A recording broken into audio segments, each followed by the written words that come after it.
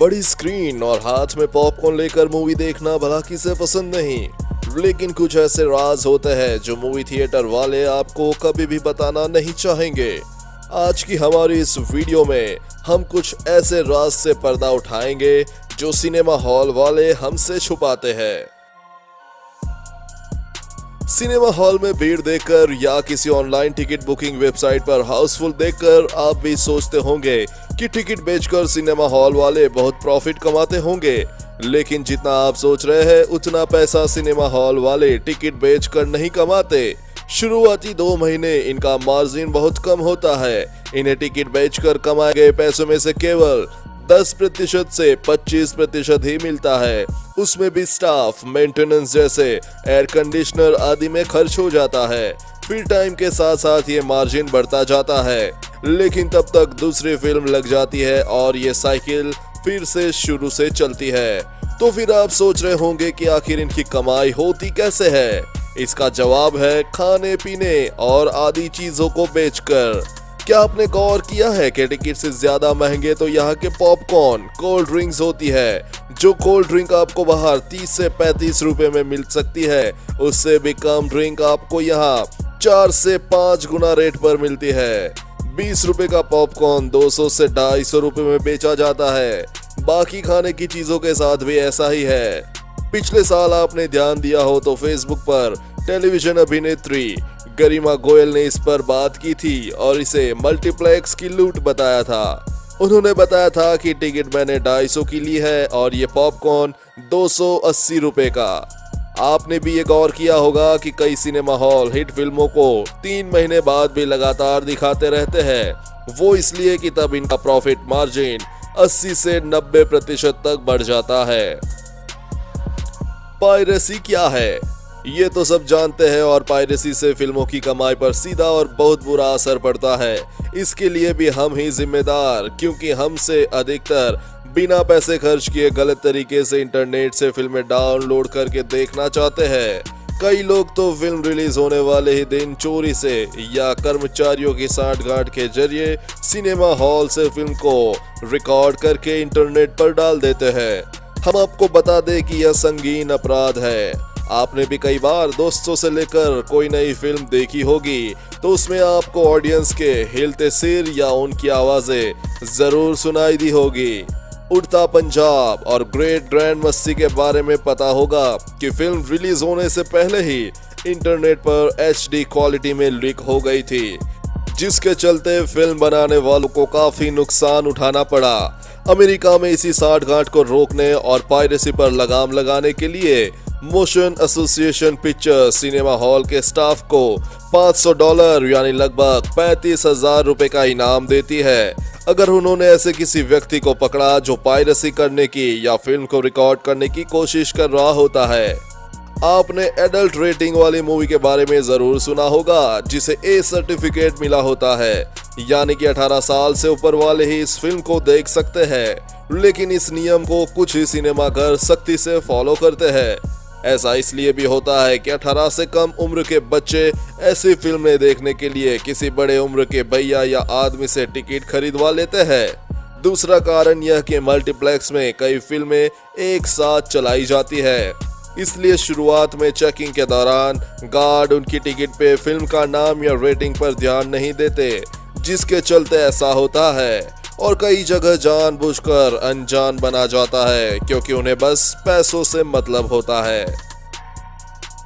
आजकल 3D movies काफी trend में है। जैसे हो सकता है आपने भी एवेंजर्स एंड गेम 3D में देखी हो या आगे देखने वाले हो, लेकिन क्या आप जानते हैं दुनिया में ऐसे बहुत से लोग हैं जिन्हें 3D में मूवी देखने में काफी परेशानी होती है, इसलिए वो 2D में फिल्म देखना पसंद करते हैं। ऐसा इसलिए होता है क्योंकि जब हम 3D ग्लास पहनते हैं तब हमारी आंखें दिमाग को संकेत भेजती है कि हम हिल रहे हैं और फिल्म का एक हिस्सा है, जबकि कान के बीच में मौजूद वो हिस्सा जो शरीर को बैलेंस रखने में मदद करता है, वो दिमाग को बताता है कि हम बैठे हैं न कि हिल रहे हैं। इसमें होता यह है कि दिमाग में ग्लिच आता है और सिर दर्द होने लगता है। 20% लोगों को 3D में फिल्म देखने में परेशानी होती है, जिसमें मशहूर एक्टर जॉनी डेप भी शामिल है।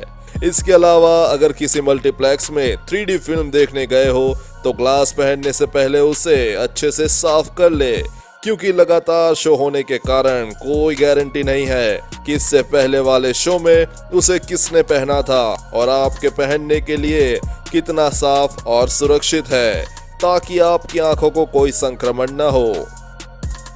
जैसा कि हम जानते हैं कि बहुत से लोग अक्सर कॉर्नर की सीट बुक करते हैं अपनी गर्लफ्रेंड या बॉयफ्रेंड के साथ फिल्म देखने के लिए, लेकिन आप जानते ही होंगे वो लोग फिल्म से ज्यादा उनका ध्यान किसी और ही चीज पर होता है। आपने खुद नोटिस भी किया होगा, वो सोचते हैं कि इससे अंधेरी और बेहतर जगह कोई हो ही नहीं सकती ऐसा करने के लिए, क्योंकि उन्हें कोई नहीं देख पाएगा। लेकिन अगर आप भी इन्हीं में से हैं तो हम आपको बता दें कि आजकल सिनेमा हॉल में नाइट विजन कैमरा लगे होते हैं जो आपकी हर उस हरकत पर नजर रखते हैं जो आप अंजाम दे रहे होते हैं। लेकिन इन्हें लगता है कि इसकी असल वजह आपकी निजता में दखल देने के लिए नहीं, बल्कि चुपचाप पायरेसी करने वालों पर नजर रखने के लिए होता है। कहीं कोई अंधेरे का फायदा उठाकर फिल्म को रिकॉर्ड तो नहीं कर रहा है, जिसके साथ साथ आपकी हरकत भी कैमरे में रिकॉर्ड हो जाती है। इसलिए अगली बार ऐसा करने से पहले सतर्क हो जाए। सिनेमा हॉल वाले हमारे दिमाग के साथ भी खेलते हैं ताकि वो ज्यादा कमाई कर सके। चलिए हम समझाते हैं ये कैसे होता है। जब फिल्म शुरू होने से पहले हम थिएटर में एंट्री करते हैं तो वेटिंग एरिया के ठीक सामने अपने फूड प्रोडक्ट्स सजा कर बाहर रख देते हैं, जिनकी लाजवाब महक हमारी भूख बढ़ा देती है और न चाहकर भी हम कुछ न कुछ खरीदने के लिए मजबूर हो जाते हैं। इसके बाद जब आप अंदर एंट्री करते हैं तो फालतू के एड प्रीव्यू और पेड कमर्शियल चलाकर मेंटली हम पर दबाव डालते हैं का सदुपयोग करके हम कुछ खरीद ले, और एडवर्टाइजिंग से तो वो कमा ही रहे होते हैं। इसके अलावा इनके पॉपकॉर्न की महक भी बहुत अच्छी होती है ताकि आप उसे खरीदने से खुद को रोक न पाए। थिएटर कर्मचारियों ने खुलासा किया है कि पूरे थिएटर में पॉपकॉर्न की महक को ऐसा लजीज बनाने के लिए कई तरह की तरकीब अपनाई जाती है, जिसमें नारियल और कैनोला तेल के मिश्रण के साथ कुछ गोपनीय रसायन शामिल होते हैं।